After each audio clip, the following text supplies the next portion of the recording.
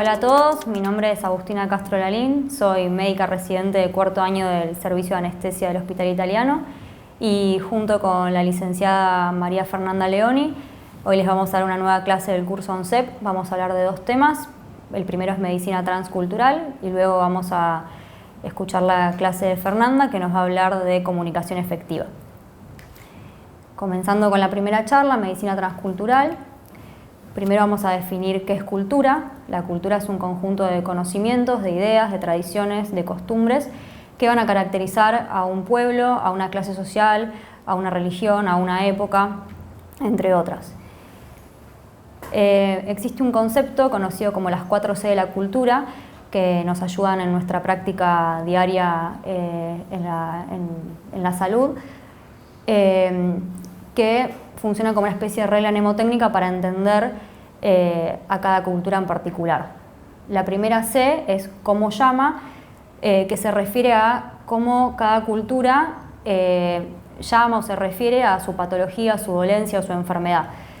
Nosotros como médicos o como enfermeros o cualquier personal de salud tenemos que entender que no todas las personas tienen la misma cultura que nosotros y llaman a sus problemas de la misma manera y tenemos que adaptarnos a la manera de llamarlos de cada uno de ellos. ¿Qué lo causa? También tener en cuenta que para muchas culturas las dolencias o enfermedades tienen alguna causa divina o religiosa, siempre respetar la creencia del otro y tenerlo en cuenta en la consulta, porque muchas veces el paciente se presenta con esa inquietud. ¿Cómo lo enfrenta? Vamos a ver a lo largo de la charla que cada cultura tiene una manera diferente de enfrentar el dolor, de enfrentar la enfermedad y sobre todo en la toma de decisiones acerca de su enfermedad. Y cuáles son las preocupaciones, lo mismo, cada cultura tiene preocupaciones distintas en cuanto a sus dolencias. En nuestro medio, en nuestra institución, existe un programa de asistencia médica transcultural. Es un programa horizontal basado en el respeto al derecho de la deferencia y pretende desmoronar barreras en la atención de salud, sobre todo barreras idiomáticas, barreras religiosas y culturales en general. Vamos a hablar de las características que tienen las diferentes culturas que nosotros vemos habitualmente en nuestro medio. En nuestro hospital, sobre todo, vamos a ver como culturas distintas a la occidental, muchos pacientes asiáticos, y también vamos a abordar el tema de la religión, como el judaísmo y los testigos de Jehová, que tienen ciertas características que cambian la práctica habitual en salud. Comenzando con la cultura asiática, los pacientes asiáticos suelen tener una actitud de armonía y de evitación de conflictos, una actitud también de piedad filial, para ellos es muy importante la familia. Suelen evitar el contacto visual como señal de respeto. Cuando nosotros vemos que un paciente asiático nos evita la mirada, eso no quiere decir muchas veces que no esté entendiendo lo que le decimos, que no entienda las indicaciones o que no le interesa, sino simplemente que ellos, por una cuestión de respeto al médico, al enfermero, al personal de salud, suelen evitar el contacto visual.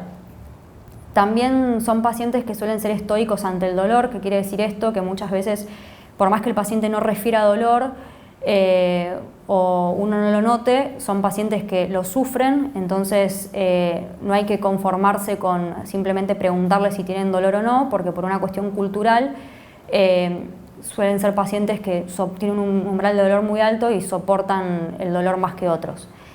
Y la conformación familiar asiática suele ser jerárquica, por ende muchas veces las decisiones en cuanto a las enfermedades, las indicaciones quirúrgicas o los tratamientos, las suele tomar el padre de familia. Eso hay que tenerlo muy en cuenta a la hora de charlar con la familia, porque por lo general quien toma las decisiones es el padre.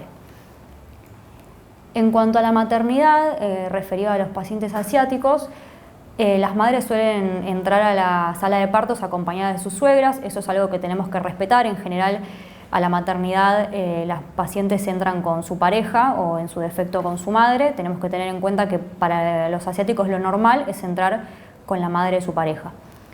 Y también que por una cuestión cultural suelen nombrar a los bebés recién al mes de nacidos. Eso es otra cosa que tenemos que respetar. Muchas veces cuando el paciente entra a la maternidad ya estamos preguntando cómo se va a llamar para anotarlo en el acta de nacimiento. Hay que respetar que hasta el mes pueden elegir el nombre. En cuanto a los testigos de Jehová, son pacientes que lo que más nos compete en nuestra práctica habitual es que no aceptan transfusiones sanguíneas. A su vez, prácticamente no consumen carne y algunos aceptan derivados sanguíneos, pero no todos, eso es a criterio individual. Después vamos a hablar bien de todo el sistema que posee el hospital para el tratamiento de las patologías que requieren derivados sanguíneos en testigos de Jehová. Ahora vamos a seguir con la cultura del judaísmo, tener en cuenta sobre todo la dieta para los pacientes judíos internados.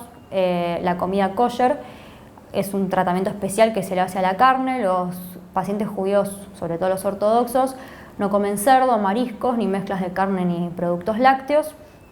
Otra cosa importante es que los niños reciben la circuncisión al 8º día de vida. Eso hay que tenerlo en cuenta para los pacientes neonatos que están internados en el hospital. Es una práctica habitual entre los judíos. Y tienen un concepto importante que es el del halajá. Ellos lo que dicen es que la salvación de una vida reemplaza todas las demás leyes. Por ende, los pacientes judíos practicantes suelen oponerse al aborto y a la donación de órganos a corazón batiente. Es decir, ellos aceptan órganos o aceptan donar órganos siempre y cuando el corazón ya no se encontraba latiendo, pero si se produce una ablación de un órgano de un paciente con muerte cerebral pero con corazón batiente, ellos no lo aceptan, ni donar ni recibir. Y después tener en cuenta otras cuestiones culturales como festividades como el Yom Kippur, en el cual los judíos ayunan de sol a sol. Eso se tiene que respetar cuando el paciente esté internado. Nuestro medio cuenta con facilitadores culturales bilingües. Por lo general son personas de la misma nacionalidad que el paciente, que funciona como un intérprete. Tanto verbal como escrito. Por ende, estos facilitadores suelen acompañar a los pacientes al consultorio, también a la consulta prequirúrgica, y muchas veces cuando los pacientes ingresan a quirófano son acompañados por un traductor para poder comunicarse con el médico antes de ser anestesiados. También colaboran en interpretar correctamente la historia clínica. Cuando es muy difícil interrogar al paciente, es clave la presencia de un intérprete para poder evolucionar en la historia clínica. Y bueno, como dijimos antes, por lo general tienen la misma nacionalidad.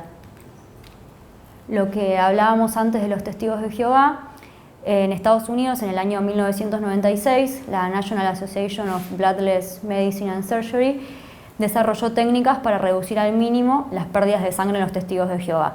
Cuando nosotros estamos frente a una cirugía que sabemos que las pérdidas sanguíneas van a ser grandes y sabemos que nuestros pacientes testigos de Jehová, tenemos que tener otras herramientas para evitar transfundir al paciente y lograr un buen outcome. Entonces, las acciones que se llevan a cabo son la utilización de Cell Saver en la cirugía. El Cell Saver es un aparato que lo que hace es recuperar sangre del paciente y mantenerla constantemente en movimiento. ¿Por qué? Porque el testigo de Jehová no acepta recibir sangre que haya estado quieta. Entonces, esta sangre es del propio paciente y estuvo constantemente en movimiento. Y a su vez, cuando son cirugías programadas, que se sabe que van a tener pérdidas sanguíneas grandes, se prepara al paciente previo a la cirugía para que llegue con sus valores sanguíneos del hemograma óptimos, dándole inyecciones de hierro y haciéndole tratamientos con eritropoyetina para que llegue con un buen hematocrito a la cirugía. ¿Cómo tiene que manifestar el rechazo transfusional el paciente? El paciente tiene que presentar un recurso legal antes de ser operado que se llama directivas anticipadas de rechazo transfusional. Esto tiene que estar legalizado ante un escribano y tiene que ser traído por el paciente a la cirugía. Asimismo, el consentimiento informado que firma para que sea realizada la anestesia es un consentimiento especial que se llama consentimiento de anestesia medicina sin sangre, en donde él acepta que el médico no lo transfunda durante la cirugía. Bueno, luego de haber visto las distintas culturas con las que nos encontramos en nuestro medio, tenemos que recordar que nuestra práctica profesional tiene que basarse en la Ley de Derechos del Paciente, que establece que hay que respetar la autonomía del paciente, el trato digno y respetuoso, independientemente de cuáles sean sus convicciones personales y morales, de género, de pudor y sus condiciones socioculturales. Muchas gracias por su atención. Ahora vamos a continuar con la charla de la licenciada León.